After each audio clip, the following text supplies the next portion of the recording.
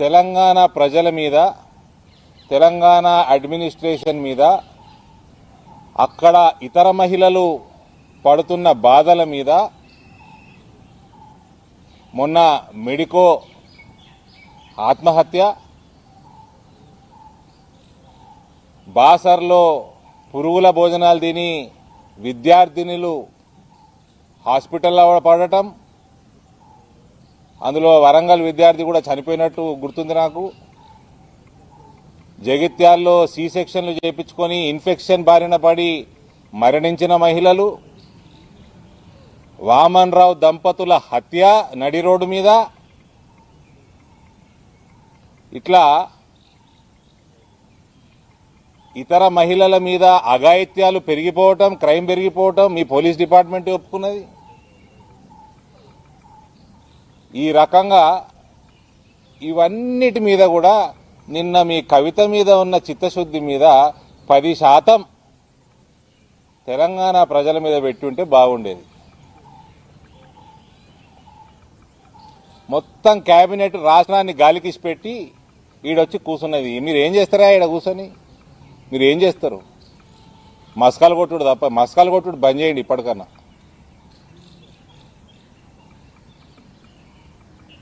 ఇక నిన్న జరిగిన 9 గంటల ఇన్వెస్టిగేషన్లో మేడం ఏమాత్రం కోఆపరేట్ చేయలేదు అని మాకున్న సమాచారం.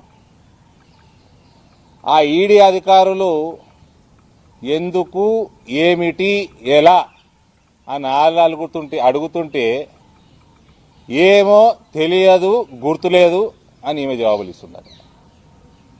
అదేదో బాబుమోహన్ సినిమా, కోట శ్రీనివాసరావు సినిమా చూసినట్టు ఉంది మాయలోడు. వాళ్ళేమో ఎందుకు, ఏమిటి, ఎలా అని వాళ్ళు అడిగితే ఈమె చేసిన చాట్లు, ఈమె చేసిన ఫోన్ కాల్స్ ఆధారంగా వాళ్ళు అడిగితే ఏమో తెలియదు, గుర్తులేదని ఈమె అంటున్నదంట.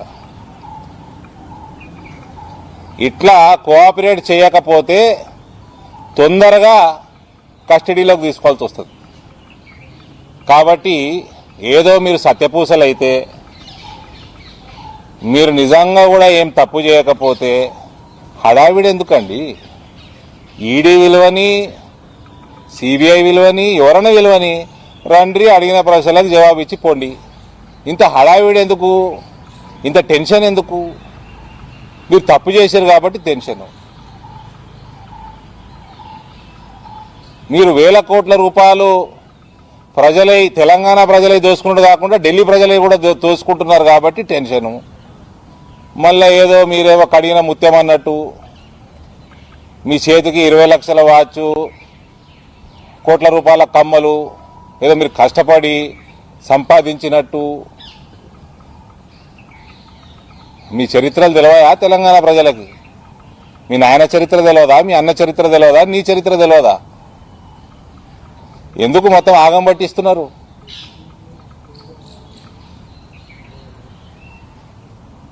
ఏమన్నా అంటే బీజేపీ మీద బురద జల్లుడు, మేమేదో ఈ డిపార్ట్మెంట్ వాడుకుంటున్నట్టు. అందరు దయచేసి గమనించాలా, ఇది నరేంద్ర మోడీ ప్రభుత్వం. ఇది అవినీతి ఎక్కడ కూడా సహించదు, ఏ పార్టీలో కూడా సహించదు. భారతీయ జనతా పార్టీ ఇప్పుడు కాదు ప్రభుత్వంలో ఉన్నది, దేశంలో ఇప్పుడైతే 9 ఏళ్ల నుంచి ఉన్నది. ఇంతకుముందు 6 ఏళ్ల పైన వాజ్పేయి గారు ఉన్నారు. అనేక రాష్ట్రాలలో మా ప్రభుత్వాలు ఉన్నాయి. ఏడ కూడా రాదే పెద్ద అవినీతి ఆరోపణలు రావే. ఏదో దగ్గర, ఒక దగ్గర, 2 దగ్గర ఏమన్నా వస్తే వస్తుండొచ్చు, కానీ 99% రావు. అవినీతి రహిత దేశాన్ని రూపొందించడమే నరేంద్ర మోదీ కర్తవ్యం. ఆయన కంకణం కట్టుకున్నాడు ఆయన రాజకీయాలు రాకంటే ముందు. అదే పని మీద ఇవాళ ఈ సంస్థలు ఉన్నాయి. ఎందుకంటే సంస్థలను కూడా టైట్ చేస్తారు. మొత్తం అన్ని అవినీతి ఎక్కడెక్కడ జరుగుతుందో అన్ని టైట్ చేయాల్సిందే. మీరు ప్రత్యేకంగా మీ కుటుంబ పార్టీలు అవినీతిలో పూరుకుపోవడము ఇది జగమెరిగిన సత్యం. కల్వకుంట్ల కుటుంబం కూడా టోటల్గా అవినీతిలో మునిగి తేలుతున్నది అనేది జగమెరిగిన సత్యం. ఒక్కొక్కటి బయటపడుతున్నది. మీరు దానికి ఎందుకు ఇంతగానం ఏదో బీజేపీ మీద బురదలు జల్లుతా ఉన్నారు? మీకు తెలియదా మీరు అవినీతి చేసినట్టు? చేయకపోతే నేను అన్నట్టు సైలెంట్గా కోఆపరేట్ చేయండి. ఒకదానివే రా, ఒకదానివే ఆన్సర్ ఇచ్చేసి ఒకదానివే వెళ్ళిపో. ఎందుకు నానా రచ్చ? కేబినెట్ అంతా, ముఖ్యమంత్రి, మంత్రులు, అన్న, తమ్ముడు, బావ, బామ్మర్ది, ఎందుకే? ఇక ఇటువంటి దగాకోర్ల సోపతి బట్టి పాపం మాగుంట శ్రీనివాసరెడ్డి గారు ఆయన ఎన్నిసార్లు 6 సార్లు 7 సార్లు 8 సార్లు ఒక జెంటిల్మెన్. ఆయన నేనే 35-40 సంవత్సరాల నుంచి నాకే పరిచయస్తులు. ఆయన అనవసరంగా ఆయన కొడుకు గీసుంటి దుర్మార్గుల ఊబిలో పడి కొడుకు జైళ్ళకి అనవసరం. Just not required. అంటరాని రాజకీయాలలో అంటరాని వాళ్ళు ఉంటే కల్వకుంటోళ్ళే. వీళ్ళకి దూరం ఉంటేనే బెటర్. ఆ అరబిందో ప్రపంచంలోనే one of the biggest pharmaceutical companies. ఆయన వాయ లోపలికి ఇగో ఈమె పుణ్యాన్నే. ఈమె అంటే కవిత ఉర్ఫ్ మేడం. అవసరమా అండి వీళ్ళందరికీ? ఈ కుటుంబ పార్టీలకి ఎంత దూరంగా ఉంటే వ్యాపారస్తులకి అంత ఆరోగ్యానికి మంచిది, వ్యాపారానికి మంచిది. ఇంత బతికి నెలలు సంవత్సరాలు జైల్లో వాడుంటే ఎందుకంటే ఇంత బతుకు. ఇప్పటికైనా 16వ తారీఖు నాడు నువ్వు కడిగిన ముత్యం అయితే ఏమి హడావిడి లేకుండా రండి. ఏమో తెలియదు గుర్తులేదనే బదులు సరే కోఆపరేట్ చేయండి. మీ తప్పు లేకపోతే వాళ్ళు లిస్ట్ పెడతారు, ఇంటికి పోనరు.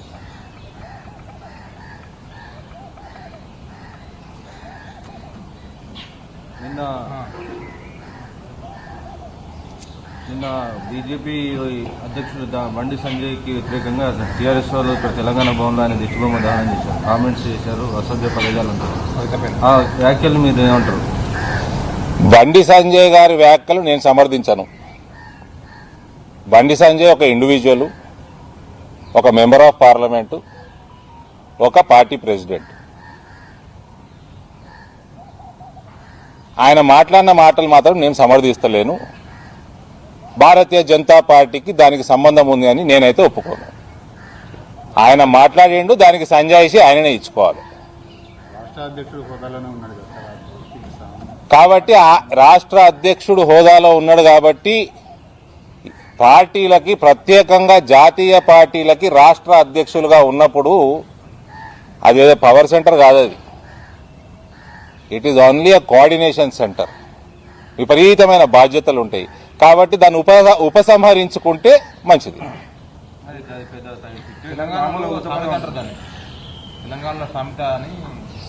తెలంగాణలో మస్తు సామెతలు ఉంటాయి, అవి వాడేటప్పుడు జాగ్రత్త వాడాలి, సెన్సిటివ్గా ఉండాలి. మస్తు సామెతలు ఉంటాయి. దర్యాప్తు సంస్థలకు మీకు ఏది సంబంధం లేదంటే నిన్న జరిగిన విచారణ ఎందుకు ఏమిటి ఎలా తెలియదు, గుర్తులేదు, మీకెట్లా తెలుసు? మీరు రాసిరు, మీ పేపర్ల ద్వారా తెలిసిన, పేపర్లో మీ ఛానల్లో చూపించింది తెలిసినాయి. పేపర్లో అథెంటికేషన్ అనుకుంటున్నారు. మీకు ఎట్లా సోర్సులు ఉంటాయి, మాకు కూడా సోర్సులు ఉంటాయా? నిన్న ఒక కామెంట్ చేస్తారు, అడిగిన ముత్యాలు అంటారు కరెక్టే. బీజేపీ దగ్గర రాగానే నిర్మావాసం పౌడర్ అయిపోతారా? చూడు బ్రదర్, ఇక్కడ ఈ దేశంలో 140 కోట్ల ప్రజల్ని ఎవరిని అడిగినా చెప్తారు ఇదేం పెద్ద భారతీయ జనతా పార్టీ ఒక క్లీన్ పార్టీ. అడపదడప ఎవడో ఒకడు భ్రష్టుడు ఉండొచ్చు, but it 99% it is a clean party and we run a clean governance anywhere in the country. It is a clean party. పార్టీలో చేరంగానే ఆయన శుద్ధి అయిపోతాడా అంటే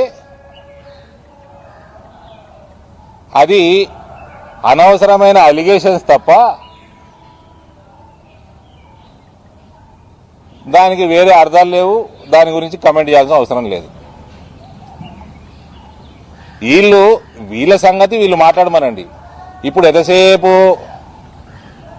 బండి సంజయ్ ఒక స్టేట్మెంట్ ఇచ్చిండు, అదేదో ఆయుధం దొరికినట్టు అయింది వాళ్ళకి, సరే అది పక్కన పెట్టండి, దాని మీద ఎగబడుతున్నారు. కానీ అసలు కవితను అడిగిన క్వశ్చన్లకి టీఆర్ఎస్ పార్టీ జవాబు ఇవ్వాలి కదా.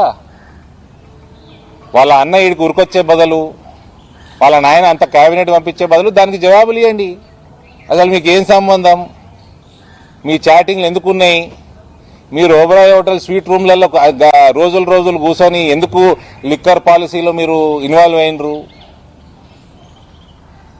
అరవిందో శరత్ చంద్రారెడ్డి కానీ, అటు మాగుంట శ్రీనివాసరెడ్డి గారు అబ్బాయి కానీ, ఇటు ఆ పిల్లయ్య కానీ, అటు అభిషేక్ ఆయన పేరేందో బోయినపల్లి కానీ, ఇట్లా ఇంట్లో ఇన్వాల్వ్ అయిన వాళ్ళతో ఆమ్ ఆద్మీ పార్టీ తోటి కానీ, అందుకు మీతోటి మీకేం లింకు? దీని మీద మీరు జవాబులు ఇవ్వాలి. బీజేపీ మీద అటాక్ చేసిన మస్తు టైం ఉన్నది అటాక్ చేయనీకే. ఇంకా 6-7 నెలలు 8 నెలలు ఉన్నది ఎలక్షన్కి. ఫస్ట్ మీరు క్లీన్గా రండి బయటికి. మీ సంగతి మాట్లాడమంటే వేరే వాళ్ళ సంగతి ఎందుకు మీకు? డిఎల్ సంతోష్ కు నోటీస్ ఇచ్చాం, కానీ ఆయన స్టే తెచ్చుకుంటున్నాడు. మాకు ధైర్యం ఉంది కాబట్టి ఈడీ ఆఫీస్కి వచ్చామని కూడా ఇంకొక ఆ కేసులో ఇయ్యాలట వరకు ఆ స్వాములు ఎవరో బీజేపీకి తెలియదు. ఆ ఫామ్ హౌస్ వాళ్ళ ఎమ్మెల్యేది, వాళ్ళ కారు టీఆర్ఎస్ వాళ్ళది. ఏడా పైసలు దొరకలేదు. పైసలు కానీ మీకు ముందర పెట్టిర్రా? పైసలు కోర్టుకి ఇచ్చిర్రా? పైసలు ఆ కేసీఆర్ ఏదో వీడియోలు తయారు చేసుకొని ఇష్టానుసారంగా ఆడుకున్నాడు. కోర్టుతోటి కూడా చివాట్లు పడ్డాడు ముఖ్యమంత్రి. ఒక జమానాలో ఆ చివాట్లకి ముఖ్యమంత్రి అనేటువంటి రాజీనామా చేసిపోవు. వీళ్ళు కూడా ఎందుకు కోర్టుకు పోద్దన్నారు ఎవరన్నా? సరే సంతోష్ జీ గారు పోయిండ్రు, కోర్టుకు పోయినరు, ఆయన తెచ్చుకొని ఆయన తప్పు చేయలేదు, నేను కోర్టుకు పోతే అందరికీ అవైలబుల్ ఉంది కోర్టు, నువ్వు కూడా ఒక కోర్టుకి, నువ్వు ఎందుకు పోతలేవు కోర్టుకి? కోర్టు అందరికీ అవైలబులే కదా. నీకు అడ్వకేట్ లేరా? నిన్న మొత్తం లీగల్ టీం వచ్చి ఈడ కూర్చునే బదులు లీగల్ టీం పోయి కోర్టుకు పోయి తెచ్చుకునేది ఉండే. ఎందుకు? నువ్వు తప్పు చేసినావు కాబట్టి నీకు ఆ దమ్ము లేదు, ధైర్యం లేదు. అన్న కూడా కేటీఆర్ కూడా ఆయన కూడా కొంచెం ముందు చూపుతోటి సంబంధాలు ఇవన్నీ దూరం పెట్టుకొని ప్రజల మీద దృష్టి పెట్టాలా. కేటీఆర్ కూడా క్లీన్ గవర్నెన్స్ మీద దృష్టి పెట్టాలా. చెల్లెని వెనకేసుకుంటే అదేం పనికొచ్చే వ్యవహారం కాదు. ఆయన ఒక మంత్రి, ఆయన ఏదో ఫ్యూచర్ ముఖ్యమంత్రిగా చూస్తారు, అది అయ్యేది లేదు పీకేది లేదు. కానీ వాళ్ళు ఊహించుకుంటున్నారు కదా. అట్లాంటప్పుడు రెస్పాన్సిబిలిటీ ఎక్కువ ఉండాలి కేటీఆర్కి. అరుణ్ రామచంద్ర పిల్ల ఒక స్టేట్మెంట్ ఇచ్చిండు. ఆ స్టేట్మెంట్ ఇవ్వడం వెనక బీజేపీ అసలు బీజేపీ నేతలు ఈడీ ద్వారా ఒత్తిడి చేయించి ఆయనతో స్టేట్మెంట్ ఇప్పించి ప్రజల పేరు చెప్పించిండు. ఆ తర్వాత నిజం తెలుసుకుని ఆయన విత్డ్రా చేసుకున్నాడు అని చెప్పి బీఆర్ఎస్ నేతలు అంటే ఆయన రామచంద్ర పిల్లే పోరాడా? చిన్న పోరాడా? తెలివకి ఇస్తాడా? ఇప్పుడు ఇంకో రకంగా ఏమి వినబడుతుందంటే కేసీఆర్ ఒత్తిడి పెంచిండు, కవిత కేసీఆర్ ఒత్తిడి పెంచిండు కాబట్టి విత్డ్రా చేసుకున్నాడు అని కూడా వినబడుతుంది. అది కూడా వినబడుతున్నది. కవిత కేసీఆర్ ఒత్తిడి చేసిండ్రు. కేసీఆర్ రాజీనామా చేయాలి. కవితకి ఏం లేదు రాజీనామా చేయడానికి, కానీ కేసీఆర్ రాజీనామా చేయాలి. నిజమైన నిజాయితీ పరుడైతే రాజీనామా చేసి ఎలక్షన్లకు పోవాలి. అందరినీ బెదిరించుకుంటా ఉన్నారు వీళ్ళు. దట్ ఈజ్ యాక్చువల్లీ నెగిటివ్ అవుతుంది వీళ్ళకి. వీళ్ళు బెదిరించారు కాబట్టి ఆయన విడ్రా అవుతున్నట్టు కూడా వినబడుతుంది మాకు. కాబట్టి బయట ఉంచడము శ్రేయస్సుకరమా, న్యాయానికి శ్రేయస్కరమా అన్నది పెద్ద క్వశ్చన్ మార్క్. ఇప్పుడు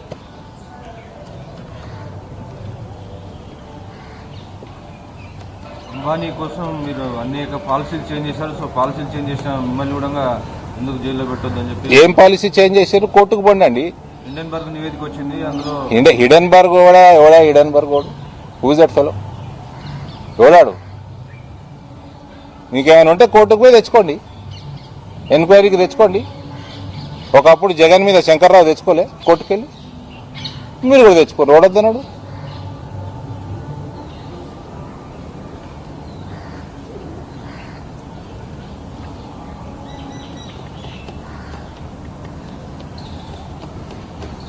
రేపటి నుంచి సెషన్ స్టార్ట్ కాబోతుంది. ఏం చేయబోతున్నారు సెషన్ ఎలక్షన్స్ బడ్జెట్ సెషన్లో చేయాల్సిన కార్యక్రమం, budget session most important session. దయచేసి దాన్ని రన్ కానివ్వండి, పని కానివ్వండి. ఊకే ఇట్లా ఫ్యామిలీ గొడవలు, ఒక ఇండివిజువల్ గొడవలతోటి వల్ల ఏదో బురదదాల కార్యక్రమం లోక్సభ లోపల చేసి పార్లమెంట్ కార్యకలాపాలను ఇబ్బంది పెట్టొద్దని రిక్వెస్ట్ చేయగలుగుతాం. అంతే. హాయ్ ఫ్రెండ్స్, మా టుడే టుమారో యూట్యూబ్ ఛానల్ చూస్తున్నందుకు చాలా థ్యాంక్స్. మరిన్ని లేటెస్ట్ వీడియోస్ కోసం వెంటనే సబ్స్క్రైబ్ చేయండి. అలాగే ఈ బెల్ ని కూడా రింగ్ చేసేయండి. మా నోటిఫికేషన్స్ అన్ని మీ మొబైల్లో వస్తాయి. అలాగే మా వీడియోస్ మీకు నచ్చితే లైక్ చేయండి, షేర్ చేయండి, నచ్చకపోతే కామెంట్ చేయండి.